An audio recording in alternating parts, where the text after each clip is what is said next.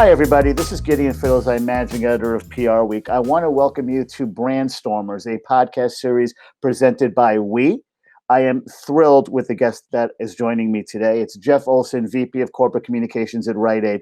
Normally, I embarrass the guest with some accolades and then say hello.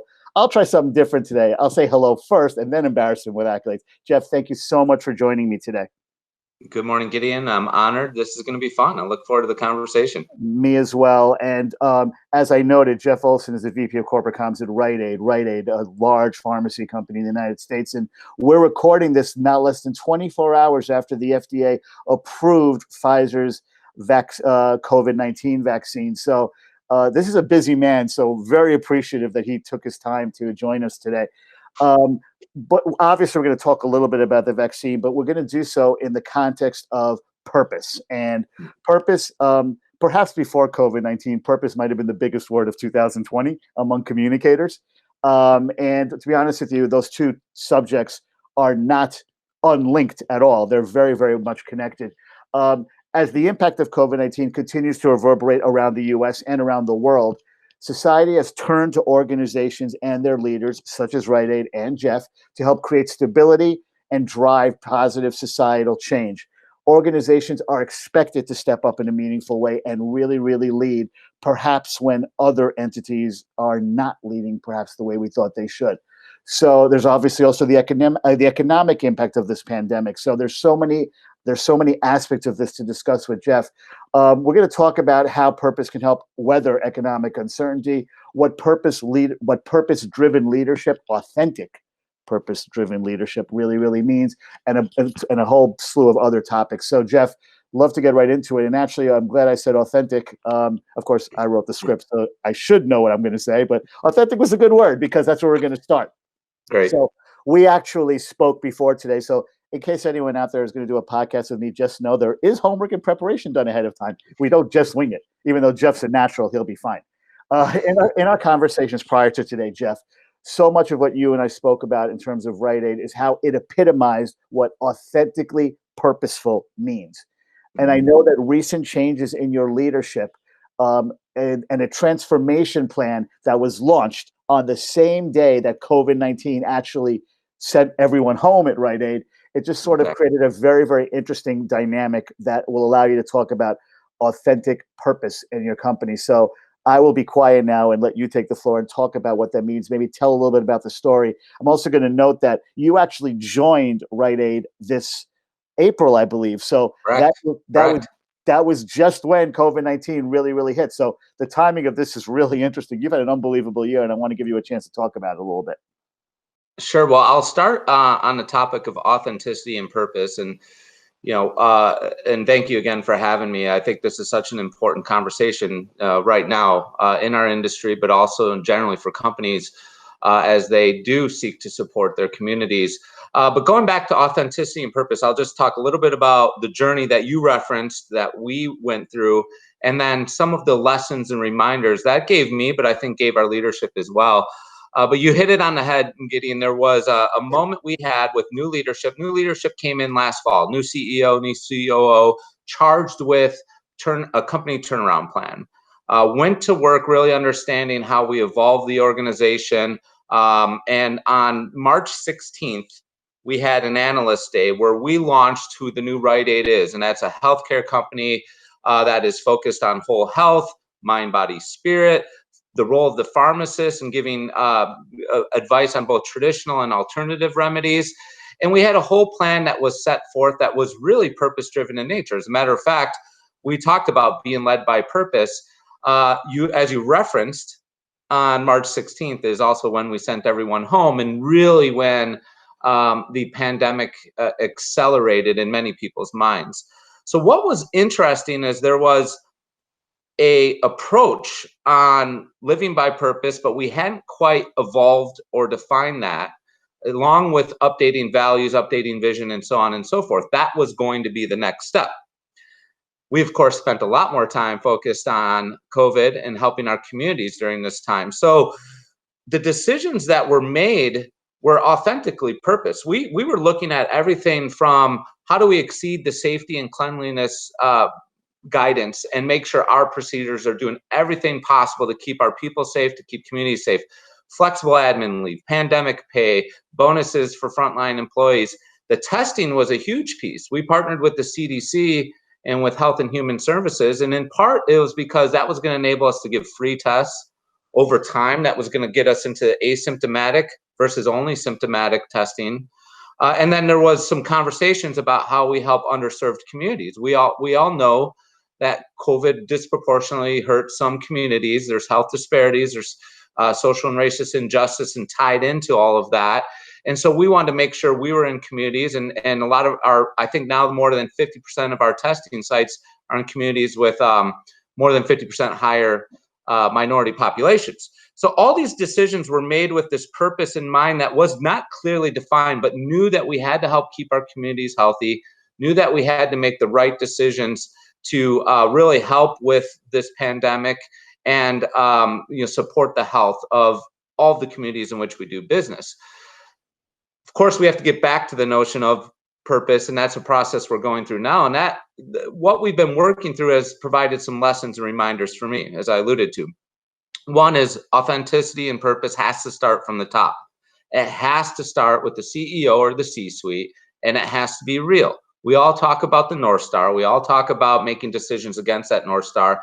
But I think that's where part of the problem comes in when we have conversations like we were last year before a pandemic about what is purpose washing, what's happening, is purpose real? And I think that's well-intended folks trying to push purpose, but it's not authentic from the top.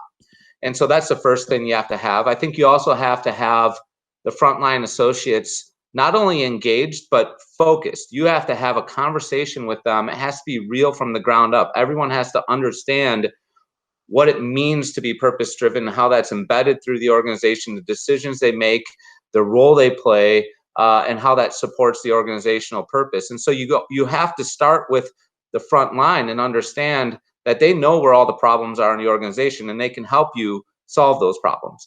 And then third, and this is where our role in communications plays a bigger role, is it's one thing to say it, and what we learned at Rite Aid is we acted against it. Now we're going through a process to make sure that we have everyone aligned around what our purpose is, what our values are, our vision for the future, but it has to be embedded through the whole organization. It has to be pulled through. So we make a lot of purpose-driven decisions, during the pandemic, but for the next 3, 4, 5 years, how do we make sure we continue that it's embedded and that's pulled through the whole organization? So that's a bit about our journey and some of the considerations we have as we work through this process. Thank you, Jeff. And actually, you segued really well into the next topic of discussion. But I said I was going to embarrass you with some accolades, and I just realized I didn't do it. But don't worry, folks. I'm only going to focus on one, but it's a pretty big one. Jeff is, well, maybe two. One, when Jeff took on this role, and as he continues on this role, I know that purpose, CSR, corporate responsibility, whatever term you want to use, is a huge part of Jeff's remit. So this is really, really personal to him. He's also a great guy, so it's personal to him from that standpoint too, but it's really part of his role. And you know what? I think more and more communicators have that as part of their role too. They are really leading, not just communicating, leading, ideating, telling companies how they need to act. If I may, almost be more proactively purposeful than reactively purposeful. There is a difference there, and I think Jeff just really spoke about it. The second bit of accolade that I want to note about Jeff is very proud of this too. Well, I'm sure Jeff is more proud than I am because it's him, not me. He was actually on the 2020 PR Week and MMM Health Influencer list. That list also included some people you may have heard of, like Dr. Anthony Fauci, Dr. Scott Gottlieb, people like that. So it's a pretty powerful list to be on. Jeff absolutely belongs on it. So if I could be more honored to have this conversation with you today, I am. But now going back to the segue, as I noted in the introduction, yesterday, the FDA approved Pfizer's COVID-19 vaccine for emergency use. I know Moderna is going to be going up for approval, I believe, this week, and there's other companies with vaccines. Obviously, we know what's going on in the UK. So, over the last few months, a lot of discussion has been about people's willingness and trust to actually take a vaccine once it's available. That conversation is not dissipating. In fact, it might be getting more intense.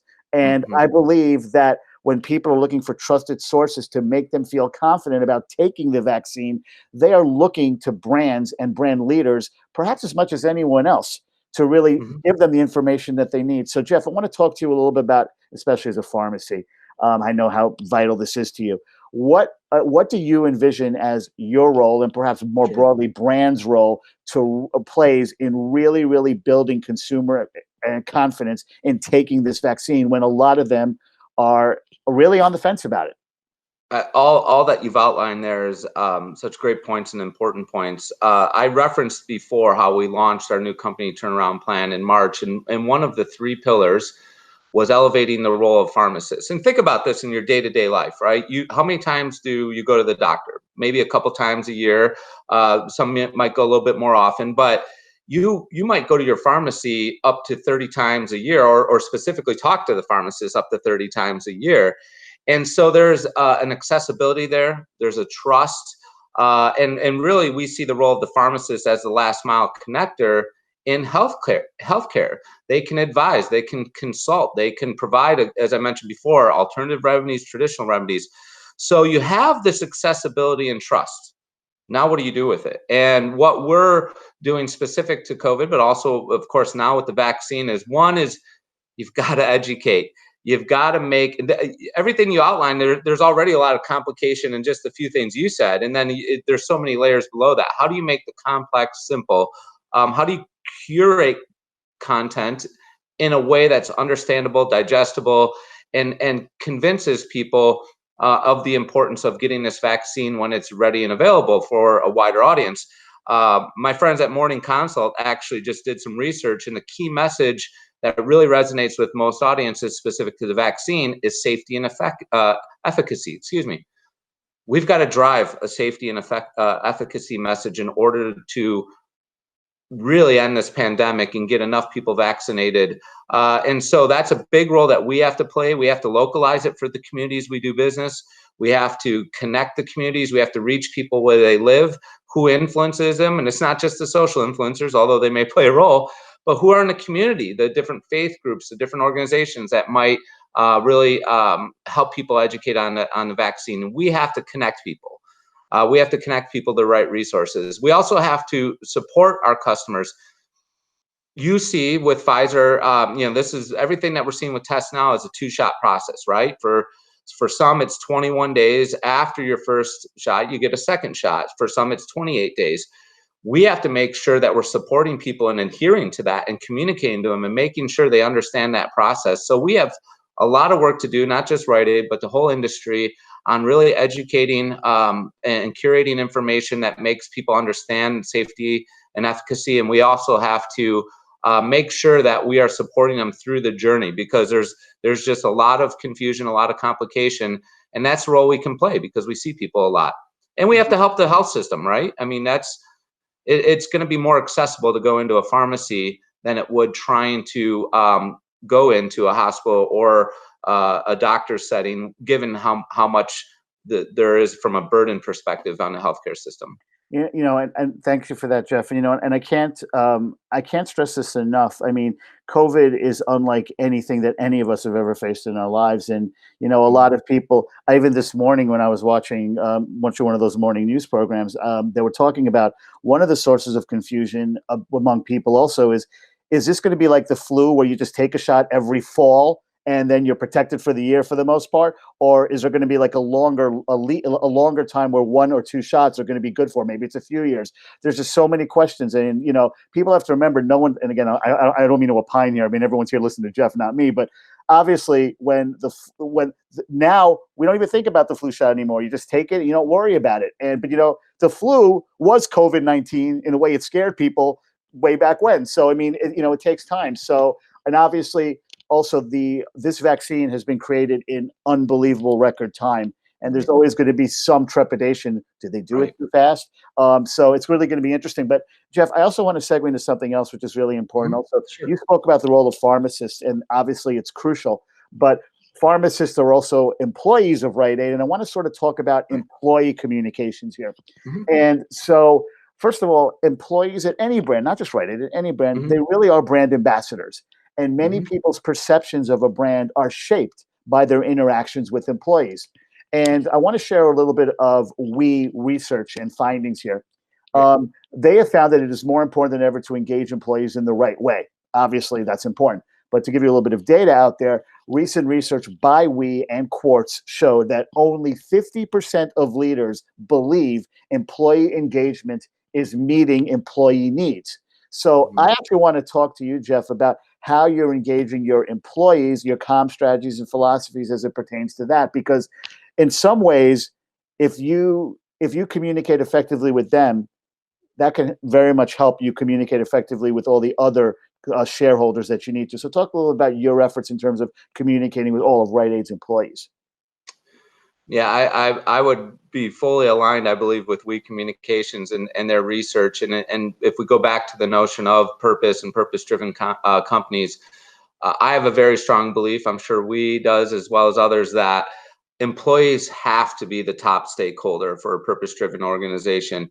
And especially those in any kind of retail environment, pharmacy chain, drug, whatever it may be, as you alluded to, they're the face of the brand. That's the moment of truth, if you will, in terms of how the brand comes to life and how the purpose comes to life. So the only way you create this collective ambition for everyone, where everyone's getting out of bed with the same idea in mind in terms of how they're working together to achieve that purpose, is with employees being engaged as the top stakeholder. Easier said than done.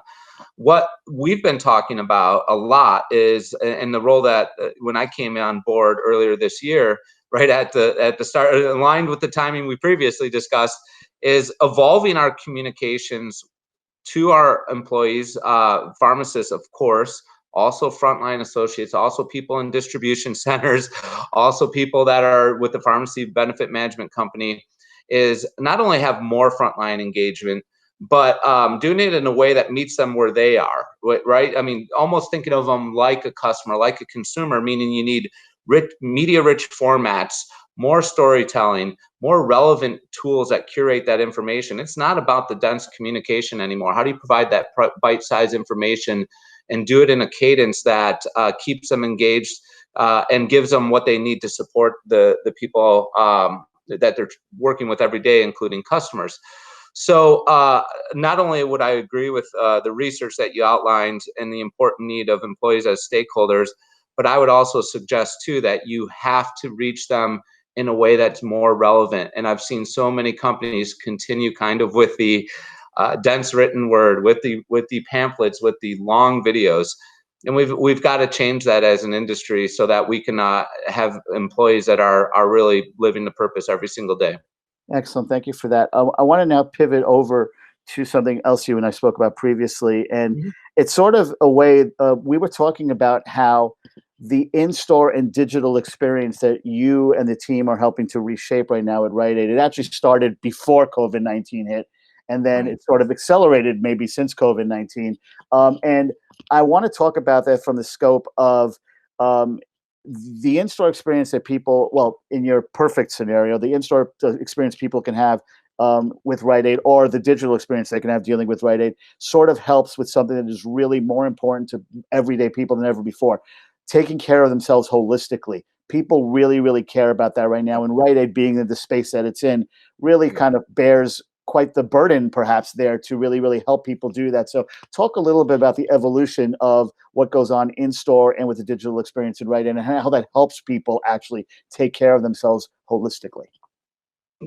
I referenced before one of the pillars being role of pharmacists. The other pillar that we have, another pillar I should say, is renewing the digital and retail experience, tied to the opportunity specific to whole health, mind, body, spirit, that traditional alternative fusion that I mentioned before. So when we embarked on our turnaround plan and our new strategy, it was very much focused on whole health, alternative remedies.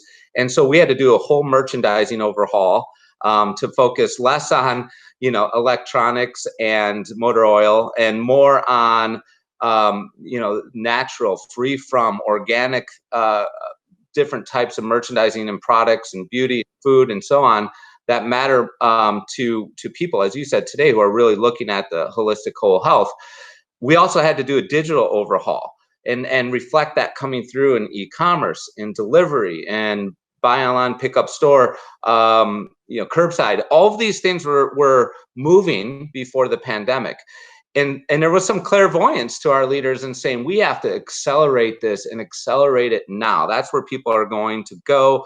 That's where we need to be. And this is, again, just a few months before the pandemic. The pandemic hits. And I think because of that strategy we had in play, we were able to expedite some of that work and really take care of customers the way they needed to be taken care of, whether it was moving quickly to evolve into delivery for pharmacy and for prescriptions, giving people a longer window, the 90-day for prescriptions as an example, partnering with Instagram, partnering with other companies to really make sure that, again, meeting people where they are. And that was really important to us. And it positioned us well to not only be well stocked, of course, everyone was running out of some items, but as a whole, to really be well stocked and to support our customers in their time of need. And that helped accelerate some of our turnaround plans in the sense that we were delivering for people, and they saw us as a trusted place during this pandemic. And it really started to demonstrate that we were changing and that we were focused on this whole health piece and giving people what they needed. Thanks for that. And as we enter the final topic that we're going to discuss today, I also do want to note to everyone out there that the reason this is such an exciting conversation for me is because I know a lot of times when you talk about purpose, people think about sustainability, people think about not polluting, people think about things like that, and those are all such crucial events. But you know what? Everything that companies are doing right now to help people get through COVID-19, that is the essence of purpose. And that's why this is such an important conversation to be having when we're talking about purpose overall. But that was not a bad segue, Gideon, because what I'm about to ask you about, if I may pat myself on the back, because God knows no one else will. Ha ha ha. You have wonderful segues. Yeah. After doing 100 of these, you think I might learn something. But no, the truth of the matter is that while it's hard to see right now, we will be back to normal at some point where everyone isn't fretting about COVID-19 anymore. And that's kind of what I want to talk to you about, because while COVID-19 will become a situation that doesn't scare people as much as it does right now at some point, the need for brands to be purposeful is never going to go away. And to give another bit of data from research, 73% of leaders say purpose leadership will become as important as financial performance. So, Jeff, in as much as purpose is such a key part of your role as well, if you could look at your crystal ball and maybe kind of see a time, maybe it's a year from now, maybe it's early 2022. I don't know when it's going to be. I don't know anyone does, but when we're kind of back to normal, how do you see purpose evolving in terms of how leaders drive their organizations with it going forward and make sure that it's at the top of their agendas? Well, there's a few ways to address it, and I think I'll also weave in the way communications can support that as well. But that's a fascinating statistic from and I love it. But and I think there's a lot of audiences beginning to agree, including for a public company, institutional analysts, and groups like BlackRock as an example. And so I think more and more CEOs are going to head that way, need to head that way. And I don't know if anyone's better positioned than a communications function to help CEOs with that mindset and to really help bring the organization to life from a purpose-driven way. Gideon, you and I have talked about this what I've said before about communications role as a consigliere, and not in a Tom Hagen Godfather mobster way, but that the would be idea cool, of being a trusted advisor. But kind of knowing enough about the organization, who has access to the CEO, what's moving around, and you have to be a trusted advisor from a communications perspective, because there's really no one else in the organization. I think other departments really touch at other areas, but in terms of that stakeholder orientation of customers, of employees, of community partners, of investors, of partners, NGOs, you name it, communications got to touch all of that. And so I think we're the glue, but importantly, when we think about this long term from a purpose perspective, we're really going to be the ones that usher through and embed and pull it through the organization, the red thread, as we always talk about. I will say, though, that you're not just granted that opportunity. What communications has to do is they have to understand the business inside and out, understand the financials, understand what analysts, investors are talking about. If you're a public company, the board, I mean, you just have to understand inside and out how your business runs and how you drive business and how purpose can impact that.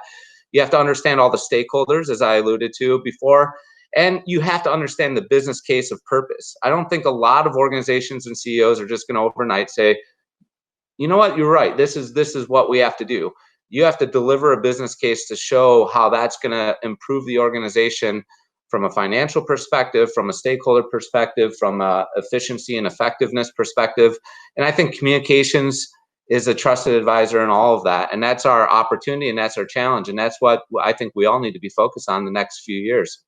That is an absolutely perfect way to end this, because while this entire conversation obviously underscores how important purpose is and brand's role in that, it equally underscores just how important communications is. And again, as communicators like Jeff get that seat at the table, I think we can understand that this is communications time now to make sure that that seat is secure and will never be given up again.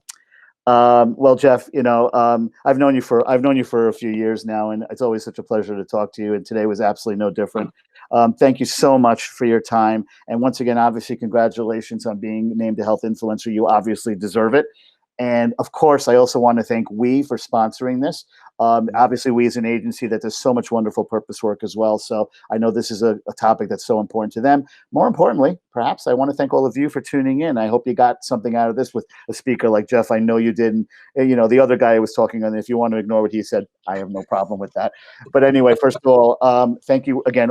Thank you, Jeff. Thank you, We. Thank you all for tuning in today. And most importantly, I want to wish everyone out there happy holidays, and please take care of yourselves and your families. We will get through this. There is a light at the end of the tunnel. I think we're starting to see a glimmer of it, so it will get here. But again, happy holidays to everyone and take care. Thanks.